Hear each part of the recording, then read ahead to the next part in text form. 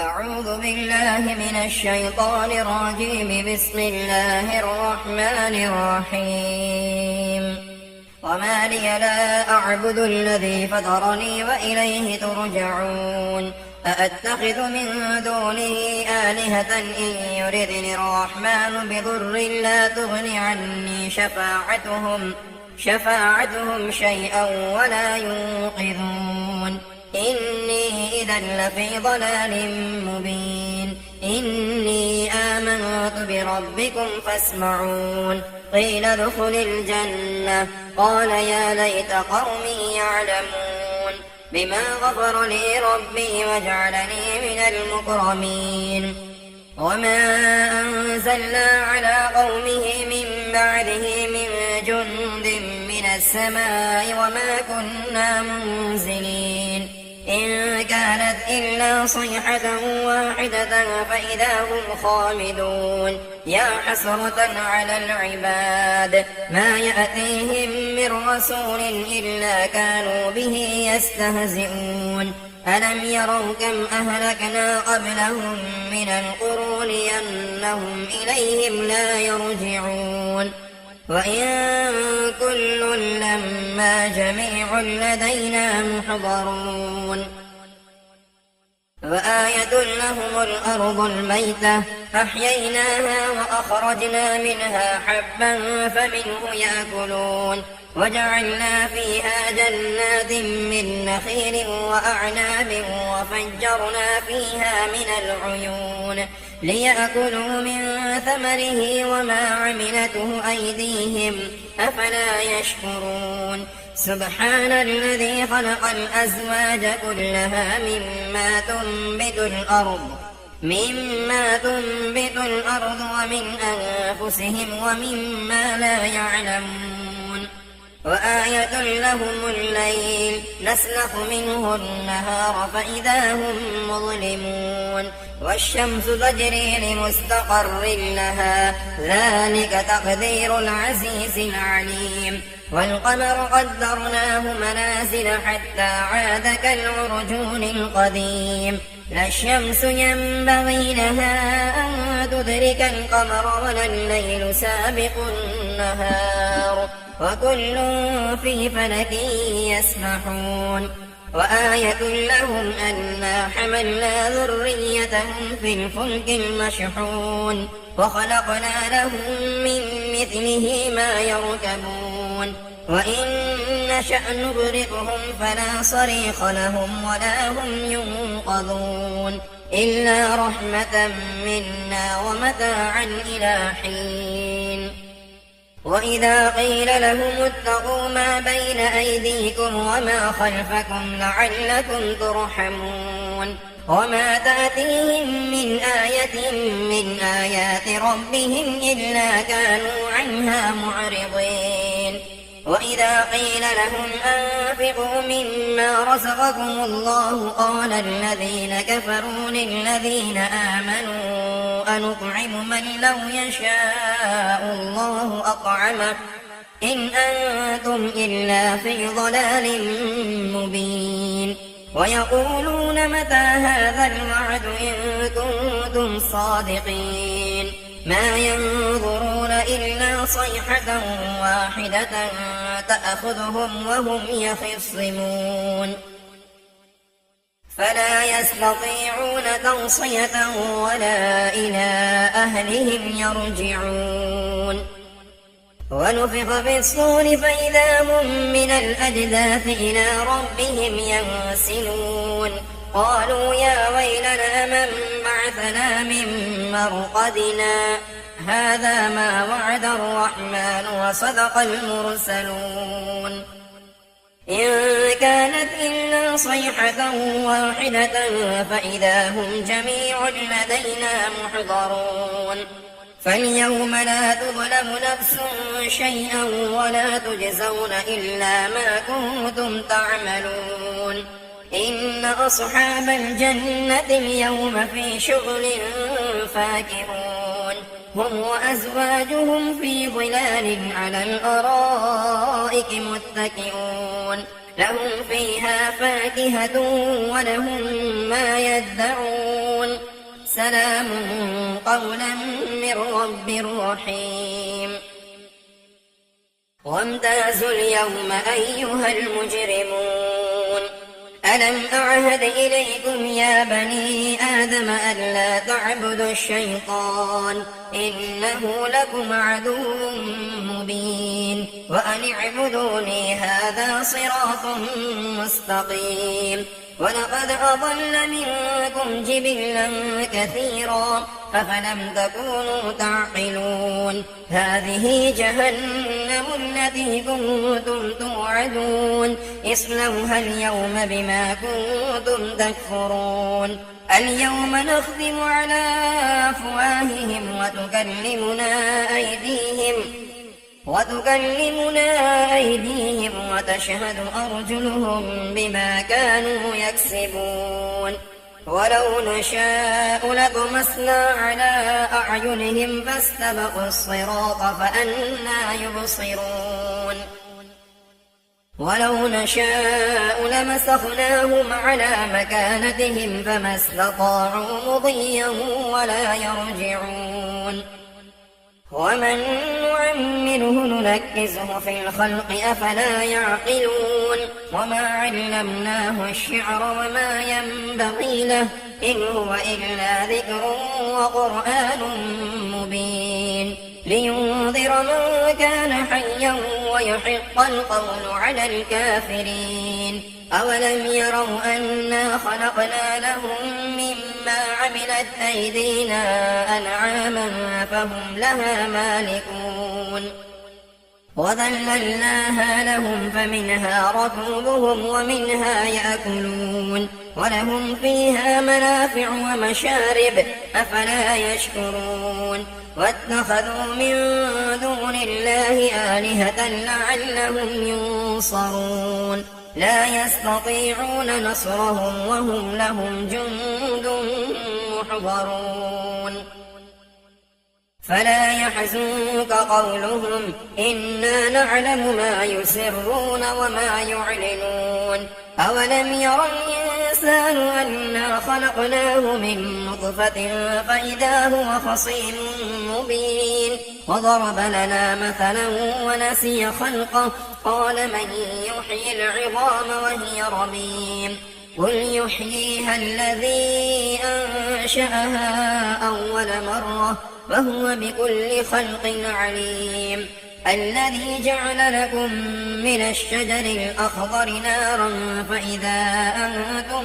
منه توقدون أوليس الذي خلق السماوات والأرض بقادر على أن يخلق مثلهم بلى وهو الخلاق العليم إنما أمره إذا أراد شيئا أن يقول له كن فيكون فسبحان الذي بيده ملكوت كل شيء وإليه ترجعون بسم الله الرحمن الرحيم والصافات صفا فالزاجرات زجرا فالتاليات ذكرا إن إلهكم لواحد رب السماوات والأرض وما بينهما ورب المشارق إنا زينا السماء الدنيا بزينة للكواكب وحفظا من كل شيطان مارد لا يسمعون إلى الملأ الأعلى ويقذفون من كل جانب دحورا ولهم عذاب واصب إلا من خطف الخطفة فأتبعه شهاب ثاقب فاستفتهم أهم أشد خلقا أم من خلقنا إنا خلقناهم من طين لازب بل عجبت ويسخرون وإذا ذكروا لا يذكرون وإذا رأوا آية يستسخرون وقالوا إن هذا إلا سحر مبين أإذا متنا وكنا ترابا وعظاما أإنا لمبعوثون أو آباؤنا الأولون قل نعم وأنتم داخرون فإنما هي زجرة واحدة فإذا هم ينظرون وقالوا يا ويلنا هذا يوم الدين هذا يوم الفصل الذي كنتم به تكذبون احشروا الذين ظلموا وأزواجهم وما كانوا يعبدون من دون الله فهدوهم إلى صراط الجحيم وقفوهم إنهم مسئولون ما لكم لا تناصرون بل هم اليوم مستسلمون وأقبل بعضهم على بعض يتساءلون قالوا إنكم كنتم تأتوننا عن اليمين قالوا بل لم تكونوا مؤمنين وما كان لنا عليكم من سلطان بل كنتم قوما طاغين فحق علينا قول ربنا إنا لذائقون فأغويناكم إنا كنا غاوين فإنهم يومئذ في العذاب مشتركون إنا كذلك نفعل بالمجرمين إنهم كانوا إذا قيل لهم لا إله إلا الله يستكبرون ويقولون أئنا لتاركو آلهتنا لشاعر مجنون بل جاء بالحق وصدق المرسلين إنكم لذائق العذاب الأليم وما تجزون إلا ما كنتم تعملون إلا عباد الله المخلصين أولئك لهم رزق معلوم فواكه وهم مكرمون في جنات النعيم على سرر متقابلين يطاف عليهم بكأس من معين بيضاء لذة للشاربين لا فيها غول ولا هم عنها ينزفون وعندهم قاصرات الطرف عين كأنهن بيض مكنون فأقبل بعضهم على بعض يتساءلون قال قائل منهم إني كان لي قرين يقول أئنك لمن المصدقين أئذا متنا وكنا ترابا وعظاما أئنا لمدينون قال هل أنتم مطلعون فاطلع فرآه في سواء الجحيم قال تالله إن كدت لتردين ولولا نعمة ربي لكنت من المحضرين أفما نحن بميتين إلا موتتنا الأولى وما نحن بمعذبين إن هذا لهو الفوز العظيم لمثل هذا فليعمل العاملون أذلك خير نزلا أم شجرة الزقوم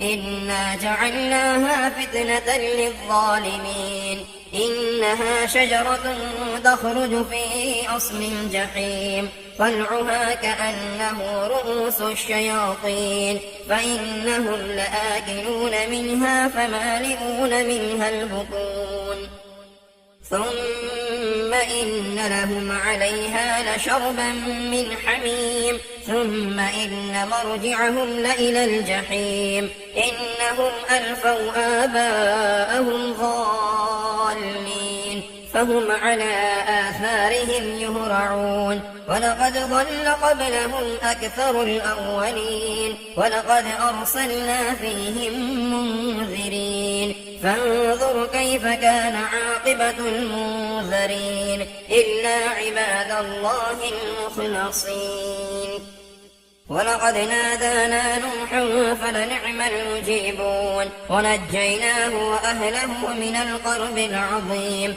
وجعلنا ذريته هم الباقين وتركنا عليه في الآخرين سلام على نوح في العالمين إنا كذلك نجزي المحسنين إنه من عبادنا المؤمنين ثم أغرقنا الآخرين وإن من شيعته لإبراهيم إذ جاء ربه بقلب سليم إذ قال لأبيه وقومه ماذا تعبدون أئفكا آلهة دون الله تريدون فما ظنكم برب العالمين فنظر نظرة في النجوم فقال إني سقيم فتولوا عنه مدبرين فراغ إلى آلهتهم فقال ألا تأكلون ما لكم لا تنطقون فراغ عليهم ضربا باليمين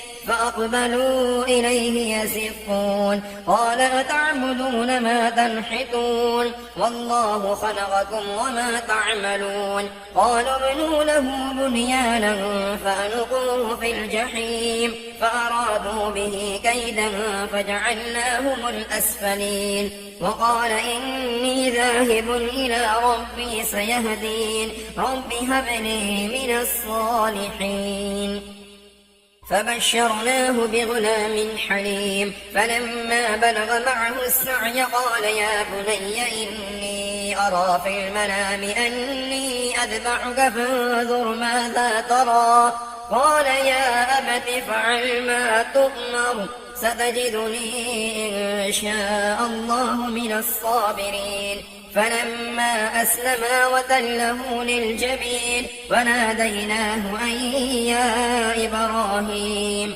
قد صدقت الرؤيا إنا كذلك نجزي المحسنين إن هذا لهو البلاء المبين وفديناه بذبح عظيم وتركنا عليه في الآخرين سلام على إبراهيم كذلك نجزي المحسنين إنه من عبادنا المؤمنين وبشرناه بإسحاق نبيا من الصالحين وباركنا عليه وعلى إسحاق ومن ذريتهما محسن وظالم لنفسه مبين ولقد مننا على موسى وهارون ونجيناهما وقومهما من الكرب العظيم ونصرناهم فكانوا هم الغالبين وآتيناهما الكتاب المستبين وهديناهما الصراط المستقيم وتركنا عليهما في الآخرين سلام على موسى وهارون إنا كذلك نجزي المحسنين إنهما من عبادنا المؤمنين وإن إلياس لمن المرسلين إذ قال لقومه ألا تتقون وتدعون بعلا وتذرون أحسن الخالقين الله ربكم ورب آبائكم الأولين فكذبوه فإنهم لمحضرون إلا عباد الله المخلصين وتركنا عليه في الآخرين سلام على الياسين إنا كذلك نجزي المحسنين إنه من عبادنا المؤمنين وإن لوطا لمن المرسلين إذ نجيناه وأهله أجمعين إلا عجوزا في الغابرين ثم دمرنا الآخرين وإنكم لتمرون عليهم مصبحين وبالليل أفلا تعقلون وإن يونس لمن المرسلين إذ أبق إلى الفلك المشحون فساهم فكان من المدحضين فالتقمه الحوت وهو مليم فلولا أنه كان من المسبحين للبث في بطنه إلى يوم يبعثون فنبذناه بالعراء وهو سقيم وأنبتنا عليه شجرة من يقطين وأرسلناه إلى 100,000 أو يزيدون فآمنوا فمتعناهم إلى حين فاستفتهم ألربك البنات ولهم البنون أم خلقنا الملائكة إناثا وهم شاهدون ألا إنهم من إفكهم ليقولون ولد الله وإنهم لكاذبون أصطفى البنات على البنين ما لكم كيف تحكمون أفلا تذكرون أم لكم سلطان مبين فأتوا بكتابكم إن كنتم صادقين وجعلوا بينه وبين الجنة نسبا ولقد علمت الجنة إنهم لمحضرون سبحان الله عما يصفون إلا عباد الله المخلصين فإنكم وما تعبدون ما أنتم عليه بفاتنين إلا من هو صال الجحيم وما منا إلا له مقام معلوم وإنا لنحن الصافون وإنا لنحن المسبحون وإن كانوا ليقولون لو أن عندنا ذكرا من الأولين لكنا عباد الله المخلصين فكفروا به فسوف يعلمون ولقد سبقت كلمتنا لعبادنا المرسلين إنهم لهم المنصورون وإن جندنا لهم الغالبون فتول عنهم حتى حين وأبصرهم فسوف يبصرون أفبعذابنا يستعجلون فإذا نزل بساحتهم فساء صباح المنذرين وتول عنهم حتى حين وأبصر فسوف يبصرون سبحان ربك رب العزة عما يصفون وسلام على المرسلين والحمد لله رب العالمين بسم الله الرحمن الرحيم صاد والقرآن ذي الذكر بل الذين كفروا في عزة وشقاق كم أهلكنا من قبلهم من قرن فنادوا ولا تحين مناص وعجبوا أن جاءهم منذر منهم وقال الكافرون هذا ساحر كذاب أجعل الآلهة إلها واحدا إن هذا لشيء عجاب فانطلق الملأ منهم أن امشوا واصبروا على آلهتكم إن هذا لشيء يراد ما سمعنا بهذا في الملة الآخرة إن هذا إلا اختلاق فأنزل عليه الذكر من بيننا بل هم في شك من ذكري بل لما يذوقوا عذاب أم عندهم خزائن رحمة ربك العزيز الوهاب أم لهم ملك السماوات والأرض وما بينهما فليرتقوا في الأسباب جند ما هنالك مهزوم من الأحزاب كذبت قبلهم قوم نوح وعاد وفرعون ذو الأوتاد وثمود وقوم لوط وأصحاب الأيكة أولئك الأحزاب إن كل إلا كذب الرسل فحق عقاب وما ينظر هؤلاء إلا صيحة واحدة ما لها من فواق وقالوا ربنا عجل لنا قطنا قبل يوم الحساب اصبر على ما يقولون واذكر عبدنا داود ذا الأيد إنه أواب إنا سخرنا الجبال معه يسبحن بالعشي والإشراق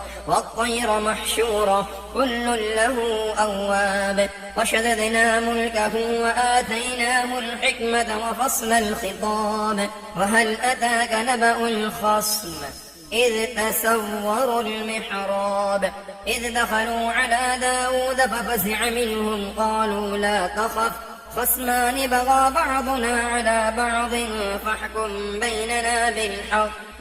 فاحكم بيننا بالحق ولا تشتت واهدنا إلى سواء الصراط إن هذا أخي له 99 نعجة ولي نعجة واحدة فقال أكفلنيها وعزني في الخطاب.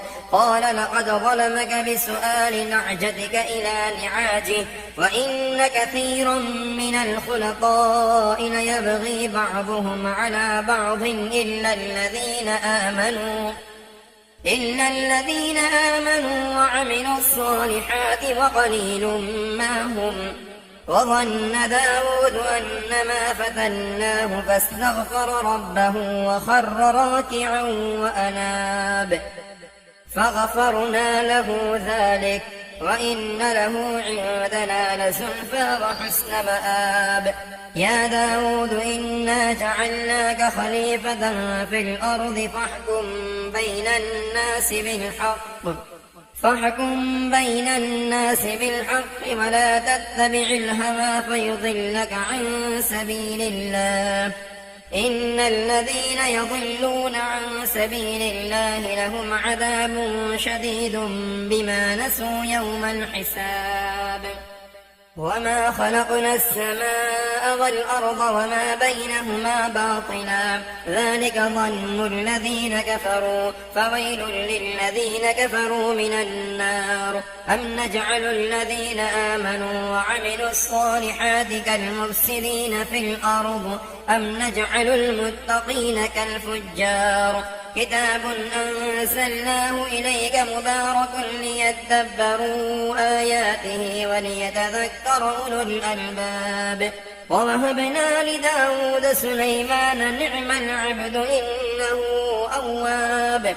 إذ عرض عليه بالعشي الصافنات الجياد فقال إني أحببت حب الخير عن ذكر ربي حتى توارت بالحجاب. ردوها عليه فطفق مسحا بالسوق والأعناق. ولقد فتنا سليمان وألقينا على كرسيه جسدا ثم أناب.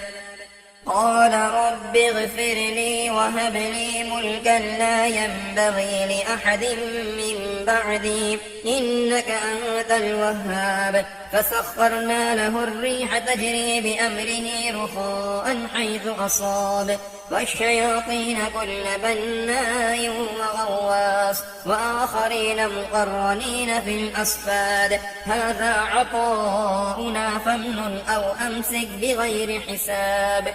وإن له عندنا لزلفى وحسن مآب. واذكر عبدنا أيوب إذ نادى ربه أني مسني الشيطان بنصب وعذاب. اركض برجلك هذا مغتسل بارد وشراب. ووهبنا له أهله ومثلهم معهم رحمة منا وذكرى لأولي الألباب. وخذ بيدك ضغثا فاضرب به ولا تحنث إنا وجدناه صابرا نعم العبد إنه أواب. واذكر عبادنا إبراهيم وإسحاق ويعقوب أولي الأيدي والأبصار إنا أخلصناهم بخالصة ذكر الدار وإنهم عندنا لمن المصطفين الأخيار. واذكر إسماعيل واليسع وذا الكفل وكل من الأخيار. هذا ذكر وإن للمتقين لحسن مآب. جنات عدن مفتحة لهم الأبواب متكئين فيها يدعون فيها بفاكهة كثيرة وشراب. وعندهم قاصرات الطرف أتراب. هذا ما توعدون ليوم الحساب. إن هذا لرزقنا ما له من نفاد. هذا وإن للطاغين لشر مآب. جهنم يصلونها فبئس المهاد. هذا فليذوقوه حميم وغساق وآخر من شكله أزواج. هذا فوج مقتحم معكم لا مرحبا بهم إنهم صالوا النار. قالوا بل أنتم لا مرحبا بكم أنتم قدمتموه لنا فبئس القرار. قالوا ربنا من قدم لنا هذا فزده عذابا ضعفا في النار. وقالوا ما لنا لا نرى رجالا كنا نعدهم من الأشرار أتخذناهم سخريا أم زاغت عنهم الأبصار إن ذلك لحق تخاصم أهل النار. قل إنما أنا منذر وما من إله إلا الله الواحد القهار رب السماوات والأرض وما بينهما العزيز الغفار. قل هو نبأ عظيم أنتم عنه معرضون. ما كان لي من علم بالملأ الأعلى إذ يختصمون إن يوحى إلي إلا أنما أنا نذير مبين. إذ قال ربك للملائكة إني خالق بشرا من طين فإذا سويته ونفخت فيه من روحي فقعوا له ساجدين. فسجد الملائكة كلهم أجمعون إلا إبليس استكبر وكان من الكافرين. قال يا إبليس ما منعك أن تسجد لما خلقت بيدي أستكبرت أم كنت من العالين؟ قال أنا خير منه خلقتني من نار وخلقته من طين. قال فاخرج منها فإنك رجيم وإن عليك لعنتي إلى يوم الدين. قال رب فأنظرني إلى يوم يبعثون. قال فإنك من المنظرين إلى يوم الوقت المعلوم. قال فبعزتك لأغوينهم أجمعين إلا عبادك منهم المخلصين. قال فالحق والحق أقول لأملأن جهنم منك وممن تبعك منهم أجمعين.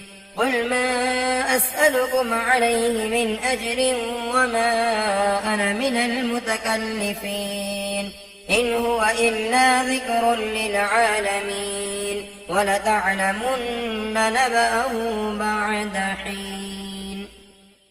بسم الله الرحمن الرحيم. تنزيل الكتاب من الله العزيز الحكيم. إنا أنزلنا إليك الكتاب بالحق فاعبد الله مخلصا له الدين ألا لله الدين الخالص والذين اتخذوا من دونه أولياء ما نعبدهم إلا ليقربونا إلى الله زلفى إن الله يحكم بينهم فيما هم فيه يختلفون إن الله لا يهدي من هو كاذب كفار. لو أراد الله أن يتخذ ولدا لاصطفى مما يخلق ما يشاء سبحانه هو الله الواحد القهار. خلق السماوات والأرض بالحق يكور الليل على النهار ويكور النهار على الليل وسخر الشمس والقمر كل يجري لأجل مسمى ألا هو العزيز الغفار. خلقكم من نفس واحدة ثم جعل منها زوجها وأنزل لكم من الأنعام 8 أزواج يخلقكم في بطون أمهاتكم خلقا من بعد خلق في ظلمات 3 ذلكم الله ربكم له الملك لا إله إلا هو فأنى تصرفون. إن تكفروا فإن الله غني عنكم ولا يرضى لعباده الكفر وإن تشكروا يرضه لكم ولا تزر وازرة وزر أخرى ثم إلى ربكم مرجعكم فينبئكم بما كنتم تعملون إنه عليم بذات الصدور. وإذا مس الإنسان ضر دعا ربه منيبا إليه ثم إذا خوله نعمة منه نسي ما كان يدعو إليه من قبل وجعل لله أندادا ليضل عن سبيله قل تمتع في كفرك قليلا إنك من أصحاب النار أمن هو قانت آناء الليل ساجدا وقائما يحذر الآخرة ويرجو رحمة ربه قل هل يستوي الذين يعلمون والذين لا يعلمون إنما يتذكر أولو الألباب قل يا عبادي الذين آمنوا اتقوا ربكم للذين أحسنوا في هذه الدنيا حسنة وأرض الله واسعة إنما يوفى الصابرون أجرهم بغير حساب قل إني أمرت أن أعبد الله مخلصا له الدين وأمرت لأن أكون أول المسلمين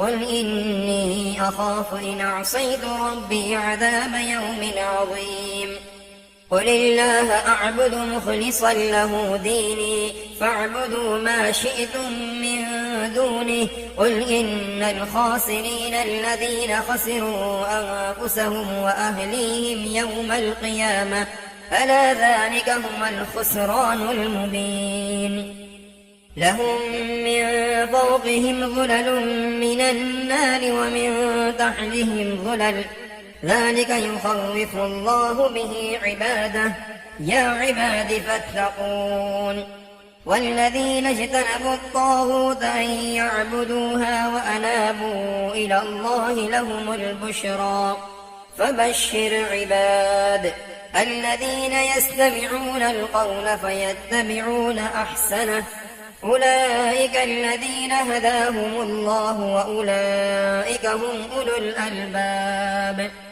أفمن حق عليه كلمة العذاب أفأنت تنقذ من في النار لكن الذين اتقوا ربهم لهم غرف من فوقها غرف مبنية تجري من تحتها الأنهار وعد الله لا يخلف الله الميعاد ألم تر أن الله أنزل من السماء ماء فسلكه ينابيع في الأرض ثم يخرج به زرعا مختلفا ألوانه ثم يهيج فتراه مصفرا ثم يجعله حطاما إن في ذلك لذكرى لأولي الألباب أفمن شرح الله صدره للإسلام فهو على نور من ربه فويل للقاسية قلوبهم من ذكر الله أولئك في ضلال مبين الله نزل أحسن الحديث كتابا متشابها مثانية تقشعر منه جلود الذين يخشون ربهم ثم تلين جلودهم وقلوبهم إلى ذكر الله ذلك هدى الله يهدي به من يشاء ومن يضلل الله فما له من هاد أفمن يتقي بوجهه سوء العذاب يوم القيامة وقيل للظالمين ذوقوا ما كنتم تكسبون كذب الذين من قبلهم فأتاهم العذاب من حيث لا يشعرون فأذاقهم الله الخزي في الحياة الدنيا ولعذاب الآخرة أكبر لو كانوا يعلمون ولقد ضربنا للناس في هذا القرآن من كل مثل لعلهم يتذكرون قرآنا عربيا غير ذي عوج لعلهم يتقون ضرب الله مثلا رجلا فيه شركاء متشاكسون ورجلا سلما لرجل هل يستويان مثلا الحمد لله بل أكثرهم لا يعلمون إنك ميت وإنهم ميتون ثم إنكم يوم القيامة عند ربكم تختصمون